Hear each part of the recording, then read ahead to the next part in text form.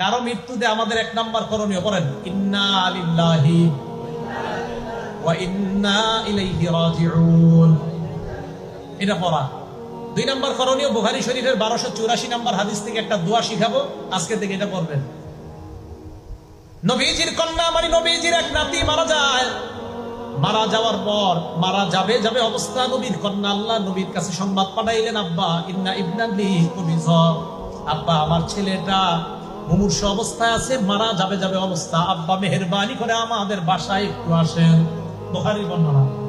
নবীজি জবাব পাঠায়া দিলেন, যাও আমার কন্যাকে সালাম দিবা, সালাম দিয়ে বলবা, পড়েন ইন্না লিল্লাহ, ইন্না টান দিয়ে না, বলেন ইন্না লিল্লাহ মা আখাযা ওয়া লাহু মা আ'তা, আবার ইন্না লিল্লাহ মা আখাযা, যেটা নিয়ে যায় এটাও আল্লাহর, বলেন যেটা রেখে দেয় এটাও আল্লাহর। তো নবীজি শিখিয়ে দিলেন ইন্না লিল্লাহি মা আখাযা, যেটা নিয়ে গেছে আল্লাহ এটাও আল্লাহর, ওয়া লাহু মা আ'তা, যেটা আল্লাহ রেখে দেয় এটাও আল্লাহর। আপনার 4 সন্তানের 3টা যদি নিয়ে যায় এটাও আল্লাহর, 2টা রেখে দিছে এটাও আল্লাহ, এটাও কার?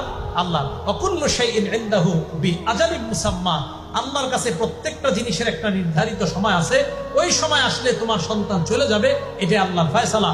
তো নবীজি বললেন আমার মেয়েকে বলবা ফাল তাসবির ওয়াল তাহতাসিব, আমার মেয়ে যেন ধৈর্য ধারণ করে এবং সওয়াবের আশা করে। তাহলে কেউ মারা গেলে 1 নাম্বার আমরা ইন্না লিল্লাহি ওয়া ইন্না ইলাইহি রাজিউন পড়া। 2 নাম্বার কেউ মারা গেলে আমরা বলা ইন্না লিল্লাহি মা আখাযা ওয়া লাহু মা আ'তা ওয়া কুল্লু শাইইন ইনদাহু বিআজালিন মুসাম্মা, যদি পারেন আর কি এটা পড়া।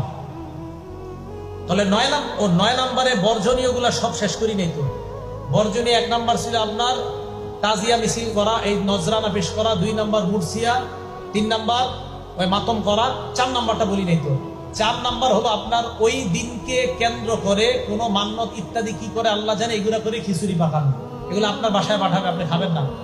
5 নাম্বার ওই দিন এই মনে করে পানি পান করায় অন্যকে, যে হারে কারবালার প্রান্তরে নবীর নাতি এবং তার সাথীদেরকে পানি দেয় নাই, তাই এই দুঃখে শোকাহত হয়ে ওই দিন পিপাসার্থকে পানি পান করা। কেন এখন আমারে করান, আজকে এই যে এরা যারা আছে এদেরকে শপথ খাওয়ান আপনি, ওই দিন কেন পান করান?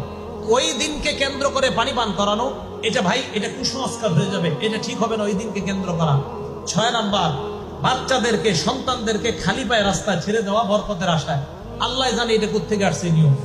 7 নাম্বার এই দিন কেন্দ্র করে ঢোল তবলা ইত্যাদি 1 থেকে 10ই মুহররম পর্যন্ত পিটানো হয়, এটা নিষেধ, এটা জায়েজ নাই।